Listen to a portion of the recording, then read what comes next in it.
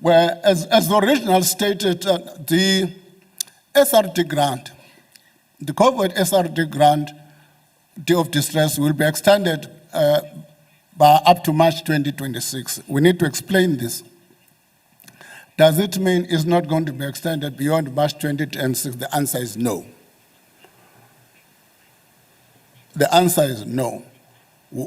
Government is actively exploring various options to better integrate this grant with employment opportunities.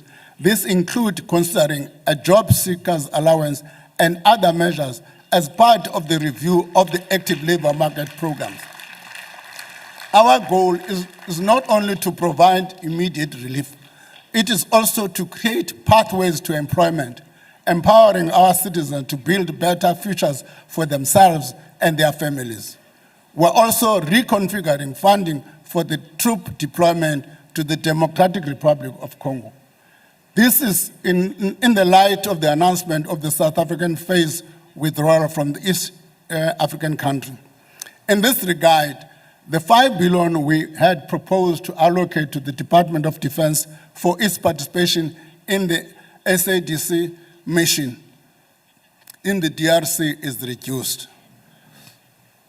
But the allocation of 2025, that has been an increase from 180 billion rand to 2 billion. Let me just explain this a bit. Originally, we had 3 phases of increase for the Defense Force. In this financial year, it was going to be 1.8, and then up to the next financial 5 billion. What we have done, because now the Defense Force is coming back, the cost of bringing them back is higher in this financial year. What then are the implications is that we've moved an amount to this year, which makes the amount for this year becomes 3 billion to cater for the relocation cost. This will cover the immediate cost of the orderly and safe withdrawal of our troops and mission equipment. Madam Speaker, 1.4 billion is allocated to support the preparation for the upcoming local government elections. 885 million of the allocation is for the Independent Electoral Commission. 550 million for the South African Police Service and the South African National Defense for the maintenance of public order. This investment contributes to upholding the democratic processes and ensuring that every South African can exercise the right to vote in a safe and secure environment.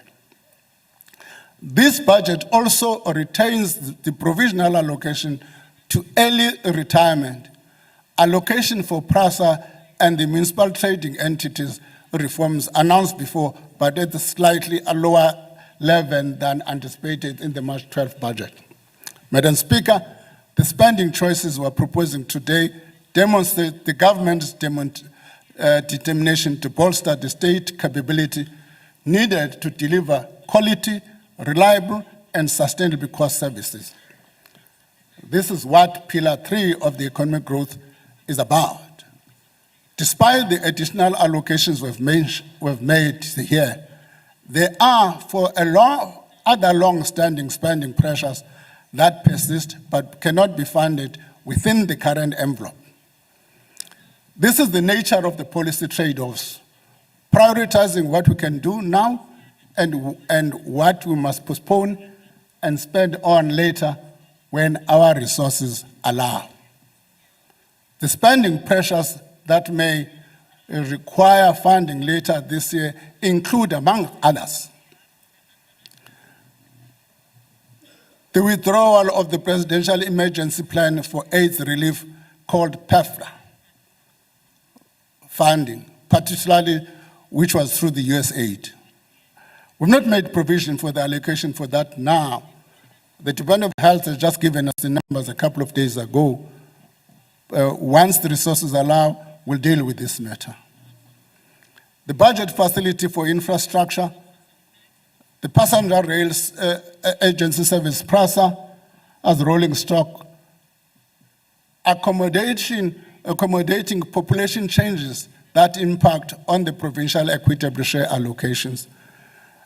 We have done a change in the equitable share which impact negatively on certain provinces, and we've agreed we must cushion the impact on those 3 provinces.